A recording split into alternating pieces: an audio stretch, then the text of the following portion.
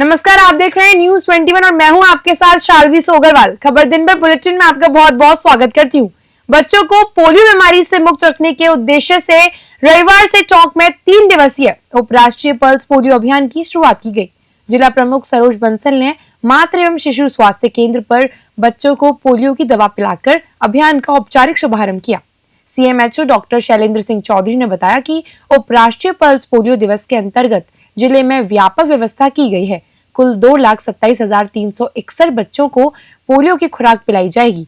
कुल 1667 बूथ स्थापित किए गए हैं। साथ ही 1772 हाउस व ट्रू हाउस टीमें, 27 ट्रांजिट टीम और 11 मोबाइल टीमें तैनात की गई हैं। निगरानी के लिए 200 सुपरवाइजर सहित कुल 3,743 कार्मिकों का उपयोग किया जाएगा।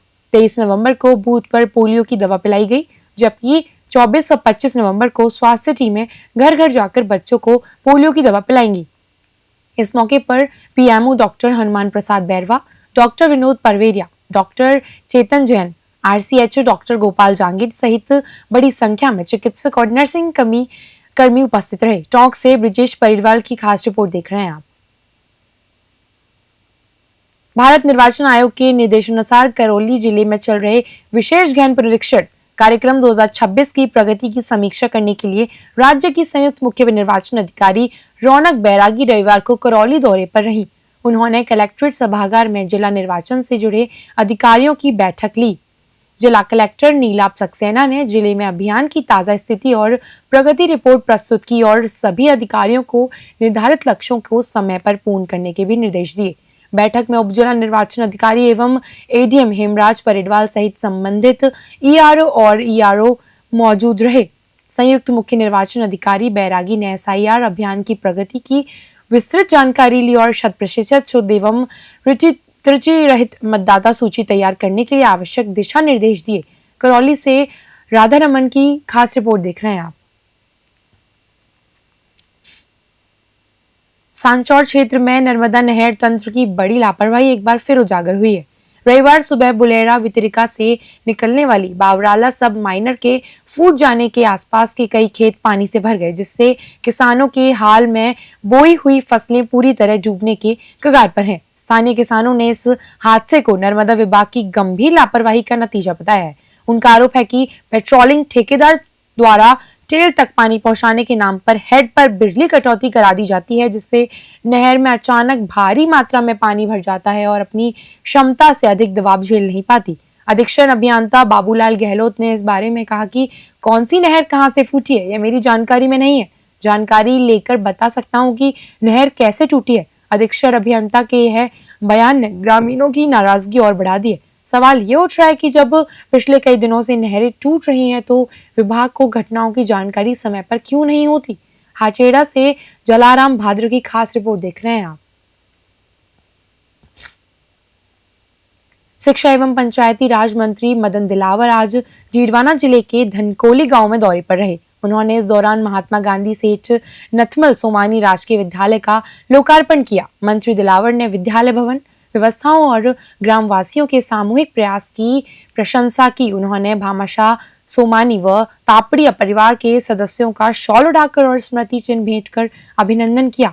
मंत्री ने कहा कि ग्रामीणों की भावना और सोमानी परिवार का योगदान सराहनीय है और यह विद्यालय बच्चों के उज्जवल भविष्य का मजबूत केंद्र बनेगा। मंत्री दिलावर ने ग्रामीणों से प्लास्टिक का उपयोग नहीं करने और गांव को साफ व स्वच्छ बनाने का आह्वान किया। उन्होंने कहा कि प्लास्टिक के कारण गौवंश की मौतें हो रही हैं और प्रतिवर्ष 7.5 लाख लोगों की मौतें होती हैं। ऐसे में प्लास्टिक मुक्त का संकल्प लेकर हम आमजन और गौवंश की जान बचा सकते हैं। जिला शिक्षा अधिकारी अजीत सिंह देथा भी कार्यक्रम में मौजूद रहे। डीडवाना से गुलाम नबी आजाद की खास रिपोर्ट देख रहे हैं आप।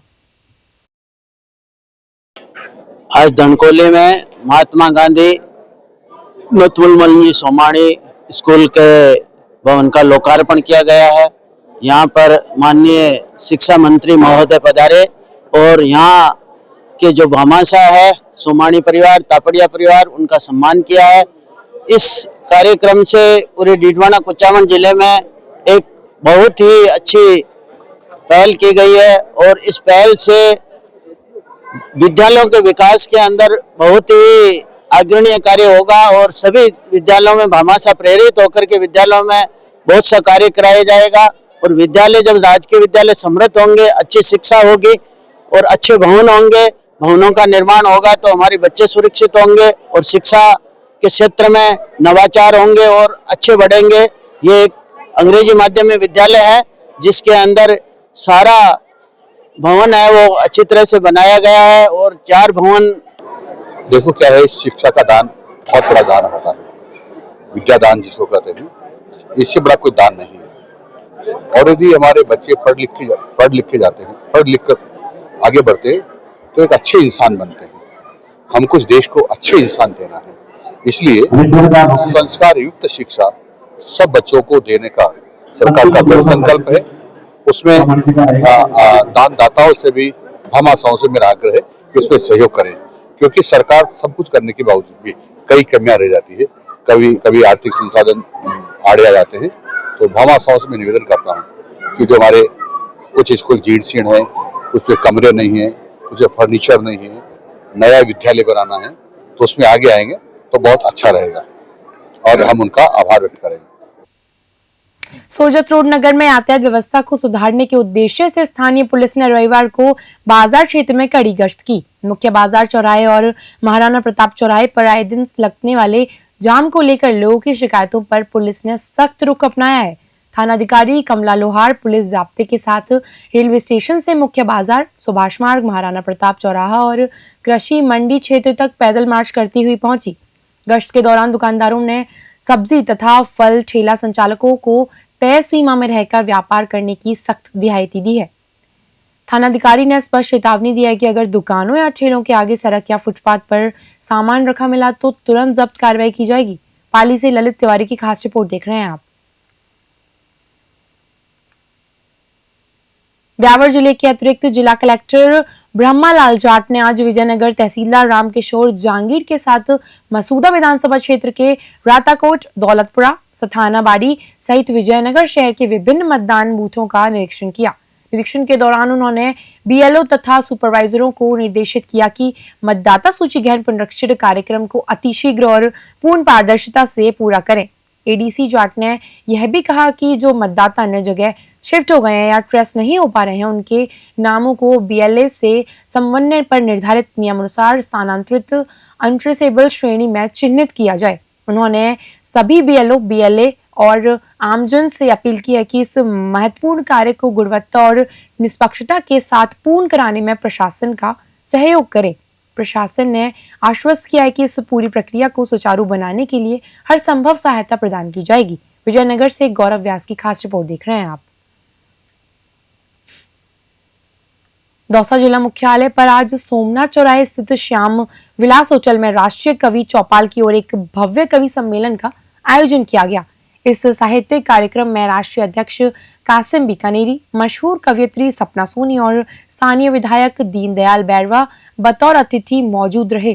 कार्यक्रम का मुख्य आकर्षण राष्ट्रीय कवि चौपाल की दौसा शाखा के जिलाध्यक्ष कवि कृष्ण कुमार सैनी द्वारा लिखित पुस्तक काव्य पथिक दौसा का विमोचन रहा। विधायक दीनदयाल बैरवा ने इस अवसर पर कहा कि दौसा संत सुंदरदास की जन्म और कर्मस्थली रही है और इन्हीं के कारणों दौसा को देवनगरी भी कहते हैं। दौसा की जानी मानी कवियत्री सपना सोनी ने अपनी सुमधुर आवाज से ऐसी काव्य रचनाएं सुनाई कि हर कोई ताली बजाने पर मजबूर हो गया। अंत में दौसा जिला अध्यक्ष कवि कृष्ण कुमार सैनी ने सभी अतिथियों और उपस्थित कलमकारों का हृदय से आभार व्यक्त किया। दौसा से अश्विनी जहांगीर की खास रिपोर्ट देख रहे हैं आप। रविवार को भीनमाल के जसवंतपुरा क्षेत्र के पावली जीएसएस पर पावली, पहाड़पुरा, कारतू, मंडर और गजीपुरा के सैकड़ों किसानों ने बिजली संकट के विरोध में जोरदार धरना प्रदर्शन दिया। पावली सरपंच करताराम चौधरी के नेतृत्व में किसानों ने अपनी समस्याओं को लेकर एईएन ऑफिस जसवंतपुरा को ज्ञापन सौंपा और 5 दिन का अल्टीमेटम दिया। किसानों ने बताया कि रबी फसल की बुवाई और सिंचाई का महत्वपूर्ण समय चल रहा है, लेकिन बिजली विभाग की लापरवाही से खेती गंभीर रूप से प्रभावित हो रही है। किसानों ने स्पष्ट चेतावनी दी है कि यदि 5 दिन के भीतर उनकी समस्याओं का समाधान नहीं किया गया तो वे आगामी दिनों में तहसील स्तर पर एक बड़ा आंदोलन शुरू करेंगे। भीनमाल से दाऊद खान की खास रिपोर्ट देख रहे हैं आप। मोरे जीएसएस पावड़ी वण में आड़लो पाड़लो 10 गाँवों में अठाती सप्लाई हो रही है। और सियालू सीजन चालू हुई 1 महीने भर से समय पर पूरी विद्युत आपूर्ति किसानों के 6 घंटे नहीं हो रही है। 20-20 में 6 घंटे में से 10 से 12 एक दिन में ट्रिप आते हैं। और जब हम यहाँ आकर पूछते हैं तो निजी ठेकेदार ने यहाँ ठेका ले रखा है, इनकी तरफ से 4 आदमी यहाँ लगने चाहिए, उसकी जगह 1 आदमी को लगाया गया है। और जब 1 आदमी को बार बार हम आकर पूछते हैं तो कि मेरे भी कोई काम होता है, खाना खाने जाता हूँ, बाहर जाता हूँ, उसके कारण आधा घंटा ट्रिप रहती है। ठेकेदार द्वारा ध्यान नहीं दिया जा रहा है और सरकार द्वारा 6 घंटे भी पूरी बिजली आपूर्ति नहीं हो रही है। इसलिए किसानों की फसल जो शुरुआत हुई है उसमें समय पर बुआई नहीं हो रही है। और इसके कारण किसान 10-15 दिन से बार बार अफसरों से फोन करते हैं और अफसर समय पर जवाब नहीं दे रहे और उल्टा वो धमकाते हैं कि लाइट तो। जिला कांग्रेस कमेटी टोंक के नवनियुक्त जिलाध्यक्ष के रूप में साउद सईदी की मनोनीत किए जाने पर टोंक जिले के कांग्रेस कार्यकर्ताओं में खुशी की लहर दौड़ गई। अल्पसंख्यक वर्ग से करीबन 45 साल बाद साउद सईदी की नियुक्ति की गई है, जिसके चलते रविवार सुबह से ही उनके निवास पर कांग्रेस कार्यकर्ताओं की भारी भीड़ जुट गई, जहां साफे फूल मालाएं पहनाकर बधाई दी गई और आतिशबाजी की गई। नवनियुक्त जिलाध्यक्ष साउद सईदी ने अपनी नियुक्ति के लिए टोंक विधायक सचिन पायलट और कांग्रेस के प्रदेश नेतृत्व का धन्यवाद दिया। टोंक जिला सहकारी भूमि विकास बैंक के आम सभा डायरेक्टर डॉक्टर नरेंद्र मेहरा ने एडवोकेट ने बताया कि साउद सईदी पहले भी युवा कांग्रेस के जिलाध्यक्ष रह चुके हैं और उनके कार्यकाल में संगठन बहुत मजबूत और सक्रिय रहा था। टोंक से ब्रिजेश परिडवाल की खास रिपोर्ट देख रहे हैं आप। मैं सबसे पहले तो आदरणीय सचिन पायलट साहब का और कांग्रेस के शीर्ष नेतृत्व का धन्यवाद करता हूं कि मुझे ये जिम्मेदारी दी है। और हमको मेरी कोशिश रहेगी और हमारे सभी साथियों की ये कोशिश रहेगी कि टोंक जिले में सभी को साथ लेके चले और सभी वर्गों को साथ लेके चले और जो भी विपक्ष का काम है, क्योंकि कांग्रेस विपक्ष में है, तो उसको पूरी जिम्मेदारी से निभाएं। यूथ कांग्रेस अनुभव को काफी अहम माना जाता है, किस तरीके से? बिल्कुल, जो भी अनुभव है मैं कोशिश करूंगा कि कांग्रेस एकजुट होकर यहाँ पे टोंक जिले में मजबूत हो और हमारा प्रयास रहेगा कि विपक्ष का रोल पूरी तरह से निभाएं। देखिए आने वाले बिल्कुल सही बात है, क्योंकि इसमें कोशिश रहेगी कि जो वाकई जीतने वाले और जो पार्टी के मजबूत कार्यकर्ता जो पार्टी के लिए काम करते हैं उन लोगों को टिकट दिया जाए। और मुझे उम्मीद है पूरी और आशा है कि कांग्रेस का परचम लहराएंगे यहाँ सारे नगर निगम चुनाव में। उसमें पायलट मदद करेंगे, उसको किस तरीके से? बिल्कुल सही कहा हमारे नेता पायलट साहब ने। पूरे टोंक जिले में जो कांग्रेस के कार्यकर्ता है बहुत ही खुशी की लहर है रात से ही। तो मैं सबसे पहले जो कांग्रेस का शीर्ष नेतृत्व है, आला कमान है, राहुल गांधी जी, खड़गे जी और हमारे जो हृदय सम्राट है माननीय सचिन पायलट साहब का, उनका बहुत बहुत आभार प्रकट करते हैं। जिन कार्यकर्ताओं ने 25 साल पार्टी के लिए खून पसीना से मेहनत की और इस लेवल पे खड़ा करने में उनका पूरा सहयोग रहे। अभी भी जैसे सांसद का भी चुनाव जीते, हमारी 2 सीटें इसकी विधानसभा में आई, हरिभाई का बहुत अच्छा कार्यकाल रहा और हमेशा सऊद भाई ने 36 जाति और चारों धर्म के लिए काम किया और सबको साथ लेकर चले। तो ये जरूर कांग्रेस पार्टी को पूरे जिले में, और ये पहले यूथ भी के जिलाध्यक्ष भी रहे, तो वो भी इनकी पूरी टीम पूरे जिले में है। तो बहुत ही अच्छा काम कांग्रेस पार्टी ने किया और आने वाले समय में नगरीय निकाय और पंचायत राज के पूरे जिले में प्रथम लहरेगा और कांग्रेस पार्टी मजबूत स्थिति में सब बोर्डों में। टोंक जिले की मेहंदवास थाना पुलिस ने उस्मानपुरा कट NH52 के पास सीयू राजेश विद्यार्थी के निर्देशन में कार्रवाई करते हुए 256 ग्राम अवैध स्मैक जब्त कर एक आरोपी को गिरफ्तार किया है। जब्त स्मैक की अंतर्राष्ट्रीय बाजार में कीमत करीबन 51 लाख रुपए 250 हजार बताई जा रही है। मेहंदवास थानाधिकारी ओम प्रकाश ने बताया कि गठित विशेष टीम गश्त के दौरान संदिग्ध परिस्थितियों में मिले पप्पू लाल की तलाशी ली। आरोपी के पास मादक पदार्थ रखने और ले जाने का कोई वैध लाइसेंस नहीं पाया गया। पुलिस थाना मेहंदवास में आरोपी पप्पू लाल के खिलाफ NDPS एक्ट के तहत प्रकरण दर्ज कर लिया गया और आगे की पूछताछ जारी है। टोंक से ब्रिजेश परिडवाल की खास रिपोर्ट देख रहे हैं आप। देखिए, मैं आप लोगों के माध्यम से निवेदन करना चाहूँगा कि टोंक पुलिस लगातार जो है मादक पदार्थों के विरुद्ध अभियान छेड़ रखा है और लगातार जो है इफेक्टिव कार्रवाइयाँ करती आ रही है। और इसमें विशेष करके मेंदवास थाने में जो है लगातार एनडीपीएस की कार्रवाइयाँ हो रही हैं। और इसी के क्रम में चलते हुए जो है वो कल रात्रि को भी जो एसएचओ ने जो अपने टीम के साथ एक कार्रवाई करते हुए 256 ग्राम जो है स्मैक इन्होंने जब्त किए। इससे पूर्व भी जो है वो इनके द्वारा एक अभी चरस की कार्रवाई की गई, चरस जब्ती की कार्रवाई की गई थी, और उससे पहले भी जो है कॉमर्शियल क्वांटिटी के हिसाब से इन्होंने स्मैक की जब्ती की कार्रवाई की। तो इस तरह से जो है हमारे सर्कल में करीब जो है गत वर्षों की तुलना में दोगुनी कार्रवाइयाँ लगातार जो एनडीपीएस की जा रही हैं। इसमें कुछ जो है वो जिनकी सप्लाई है जो हमारे टॉक में थी उसको क्रैक किया हम लोगों ने, और कुछ में जो है ट्रांजिट के रूप में जो है जयपुर की तरफ जा रहा था उसको भी हम लोगों ने क्रैक किया है। श्रीकरणपुर की स्थानीय जैन धर्मशाला में गत रात्रि एक दुल्हन की शादी पारंपरिक रिवाजों से हटकर अनोखे तरीके से देखने को मिली। कर्मचारी कॉलोनी निवासी व्यवसायी सतपाल पहवा की सुपुत्री संजू की शादी श्री गंगानगर निवासी अशोक छाबड़ा के सुपुत्र भव्य से तय हुई। शादी की अन्य रस्में जागो, घड़ौली और लेडीज संगीत जैन धर्मशाला में संपन्न होने के बाद अचानक एक घोड़ी आकर धर्मशाला के बाहर खड़ी हुई। घोड़ी को देखकर रिश्तेदार आश्चर्यचकित रह गए कि दुल्हन की शादी में घोड़ी को क्या काम के लिए लाया गया है। तभी दुल्हन संजू पूरी तरह तैयार होकर उस घोड़ी पर सवार हुई। दुल्हन की घोड़ी पर सवार होते ही देखने के लिए भारी भीड़ जुट गई और सभी ने खूब तालियां बजाईं। इसके बाद नाच गाने के साथ दुल्हन की बारात घोड़ी पर निकाली गई। दुल्हन संजू राजकीय सेवा में अध्यापिका के पद पर कार्यरत है। संजू ने परंपराओं को तोड़कर महिला सशक्तिकरण का संदेश दिया, जिसे उपस्थित सभी लोगों ने खूब सराहा।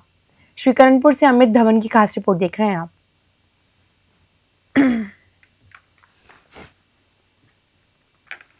खबर दिन भर खास बुलेटिन में आज बस इतना ही। ऐसे ही बने रहिए न्यूज़ 21 के साथ। नमस्कार।